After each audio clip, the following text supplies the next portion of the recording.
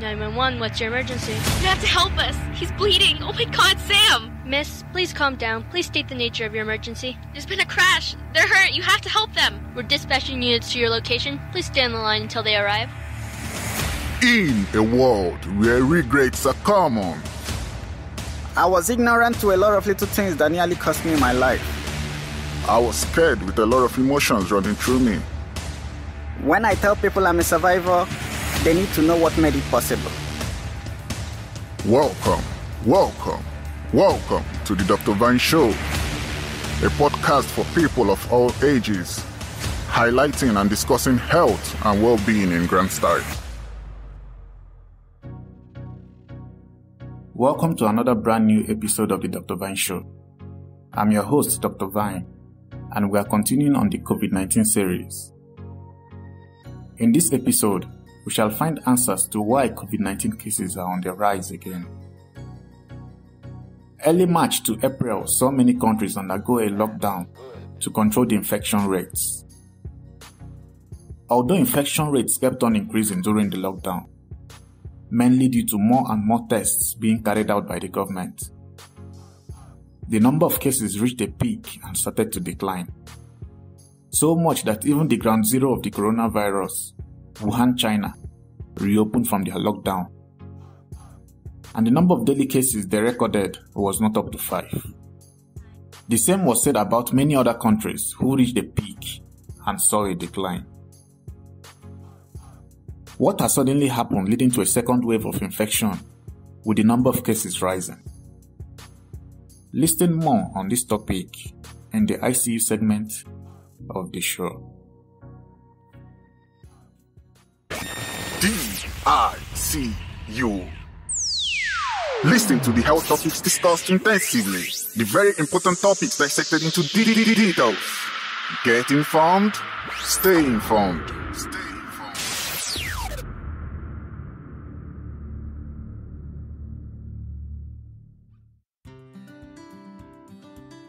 For the month of June, reported COVID-19 cases in countries across the globe that had previously peaked started having accelerated number of cases.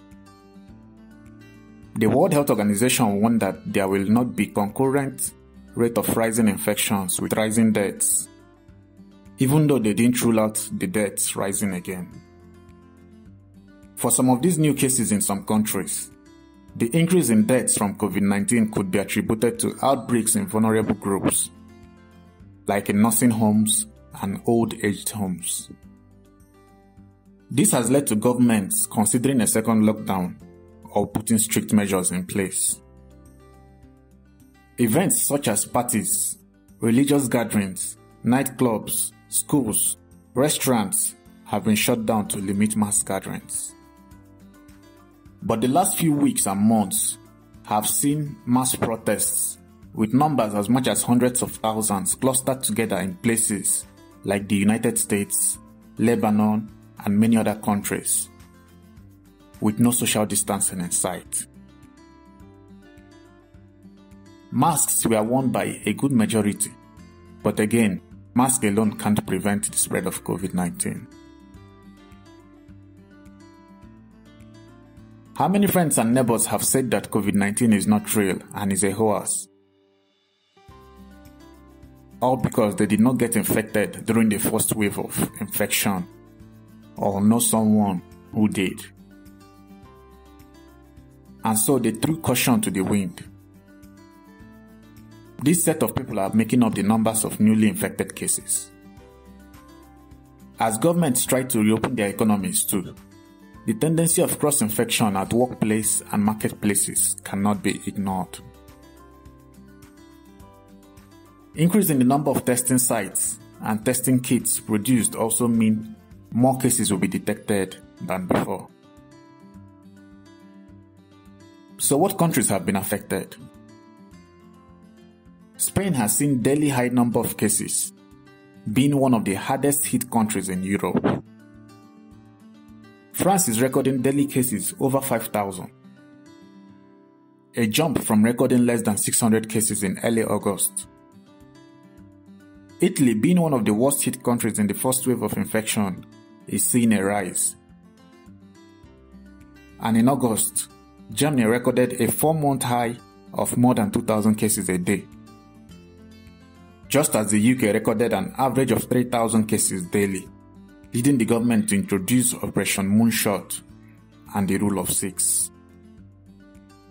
Operation Moonshot is a program by the UK government to introduce same-day mass testing for COVID-19 in England as a way of allowing large gatherings of people,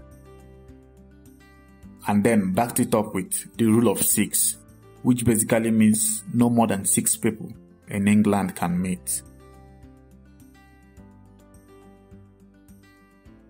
India has recorded high new numbers in Asia with up to 90,000 cases a day, although with a relatively low death rate. And so has Indonesia, which is seeing increased daily cases close to 4,000. In Latin America, Brazil still has the highest number of deaths, up to 140,000. Argentina is also seeing an increase in its number of cases. And in the Middle East, Iran has been badly affected, along with neighboring Iraq.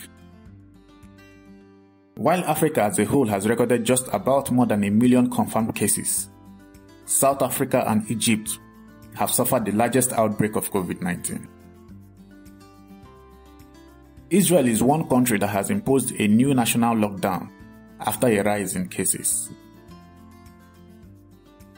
The United States has just started seeing a decline in the daily number of cases after suffering a second wave of infection and attack. Many other countries are seeing a rise in cases, but in the hundreds, like in South Korea. This increase in the new confirmed cases goes a long way to tell us that COVID-19 hasn't gone away. Maintain social distancing, wear the correct tight-fitted mask, wash your hands regularly, isolate if symptomatic, and call the Center for Disease Control and Prevention or local health authorities for guidance if you need help. I'll leave you with these 5 tips for now. Till next time.